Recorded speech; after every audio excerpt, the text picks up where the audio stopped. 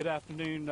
I'm Sheriff Dwayne Lewis of Berkeley County. I just want to give you a quick update on this manhunt that we have going on as we speak right now in the Francis Marion National Forest.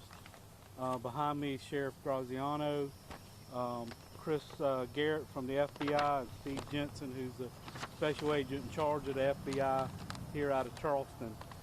We have a collaborative team that's working. I have over 100 law enforcement officers from all over the low country that are here, and I'll give you some of those names shortly. But at approximately 11 a.m. This morning, Berkeley County Sheriff's deputies encountered a suspicious suspect on a bicycle.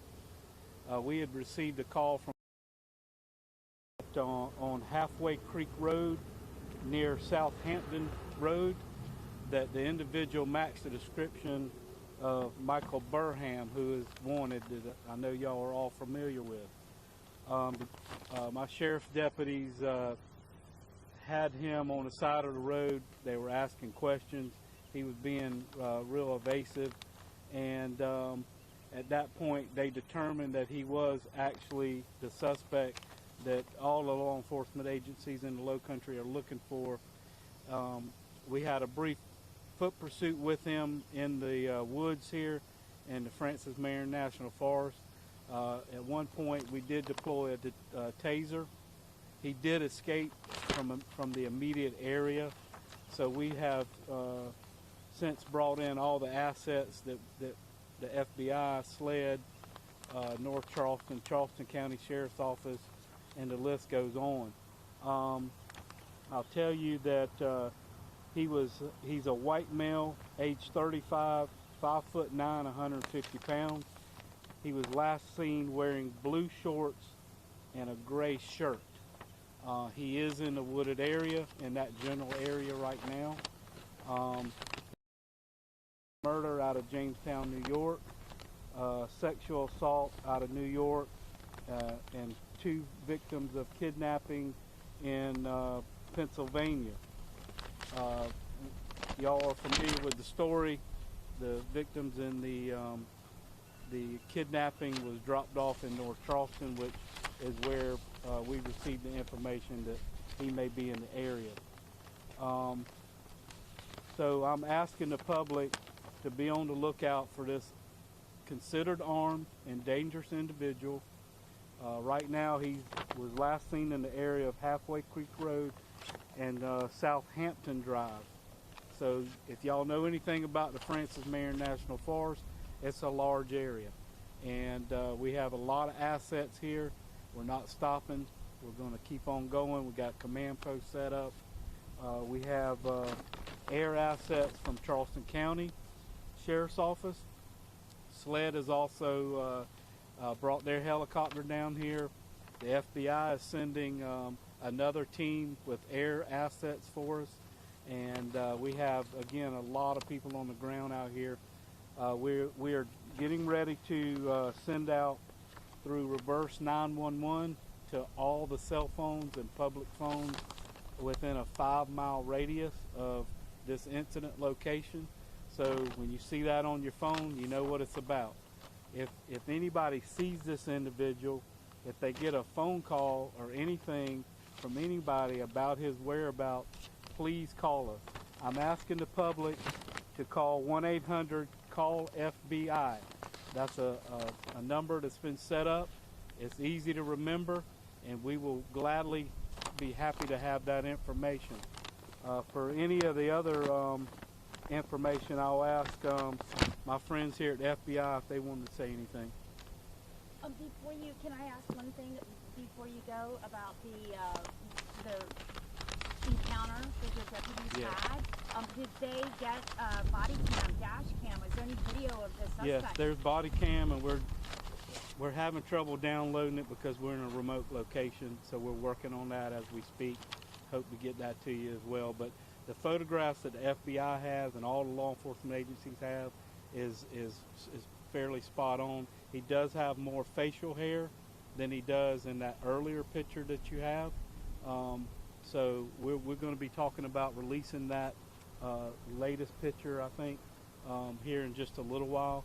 but as soon as I can get the body cam video, I'll get it to you. And Sheriff, quick question. Do you know why the deputies didn't put him in cuffs or search him when they encountered him? Well, and immediately when they encountered him, they were only operating off of reasonable suspicion, and he gave a false name and a date of birth. While they were looking that information up on the computer, the sergeant drove up and had the photograph on his phone and made that identification. And before they could put hands on him, he took off. Why do you think he is armed? Did they have it? Did he pull a gun out, or was there any? Did they see a gun on his body? We had information from the FBI that he was armed at some of these crimes that he's committed. So we are considering that, and we have not recovered a firearm. For air assets, is there any type of thermal imaging being deployed to try to see if he's in the woods in the area? Everything we have is being deployed from the Sheriff's Office from Charleston County, SLED, FBI. All of our assets are out here. And Sheriff, do you have a list of agencies that have responded so far to help? Yes. So Berkeley County, Charleston County Sheriff's Office, North Charleston Police, Mount Pleasant, SLED, FBI, U.S. Marshals, Probation and Parole, Department of Natural Resources has a lot of assets on the ground for us. Somerville PD and Charleston City PD is also here. And there may be some more coming in that I don't even know about yet.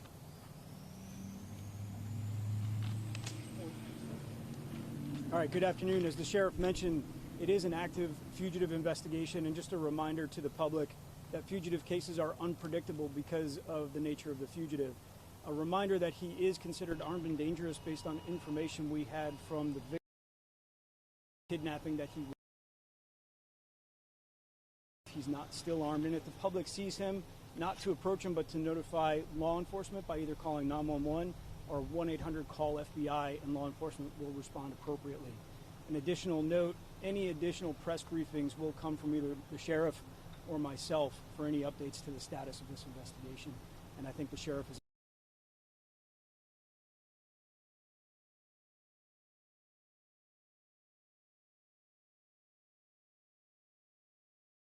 Any statements that he's not going to go back to jail, or any threatening statements since he's been on the run? The only overt contact that I'm aware of was with the sheriff's deputies, where he gave an alleged false name and then when confronted took off running, which resulted in this manhunt. Did they find his backpack and his ID? I believe there were items left behind that law enforcement is currently processing. The status is still under investigation. How long has the FBI been searching for Mr. Burnham? I'm aware of a few days, and I believe 2 days ago we pushed out the first public awareness notification of his status as a fugitive in this area. Do we believe he has survivalist skills? Is he considered a survivalist? I couldn't speak to that. Do we know why specifically he came to the Charleston area? That's still under investigation as well. I think the things that I can speak to is that, again, he is a fugitive from justice. He's in a very remote area in heavily wooded and not very well populated area. So the fact that he could be disoriented very quickly and knowing that he's running from the police could be desperate, which poses a greater danger to the public. So again, a cautionary statement not to approach this man, but to notify law enforcement immediately. Can you tell us more about this kidnapping? Who did he kidnap? Why did he let him go? What do we know so far about the kidnapping portion? I can't at this point, other than the victims were released unharmed, and they immediately reported it to law enforcement. The nature of the kidnapping is still under investigation, both from the location where they were kidnapped and in the immediate area where they were released by their kidnapper. Could you say and spell your first and last name for the record, please? Absolutely. I'm Stephen Jensen, Jensen, Special Agent in charge of the FBI in Columbia. And I think that's all the information I have for today. Sheriff, anything else to add? Do you have anything, Sheriff? All right. All future briefings we'll coordinate through the Sheriff's Office for you. Thank you. Anything else, y'all? Well, do we expect to have more briefings here? I mean, do we need to be sending people to, I mean, Yeah, Carly will be coordinating all of that. If we have anything, we'll be happy to tell you. I mean, we're on the ground. We're doing everything. But do we know if it's going to be right here at the same location? Can we count on that? It's a possible, but I'm not 100% sure at this point. But y'all know me. I brief y'all a lot. I try to give y'all as much information as I can when I can. But listen, we're in the middle of this manhunt for this fugitive, and everything we've got we're putting into it. And I just want to ask the public, be on the lookout. Anybody that's went within 10-mile radius of this area, if you see anything, it doesn't matter if it's tonight or whenever, please don't hesitate and think that it doesn't matter. It's probably not the guy. We need to hear from you.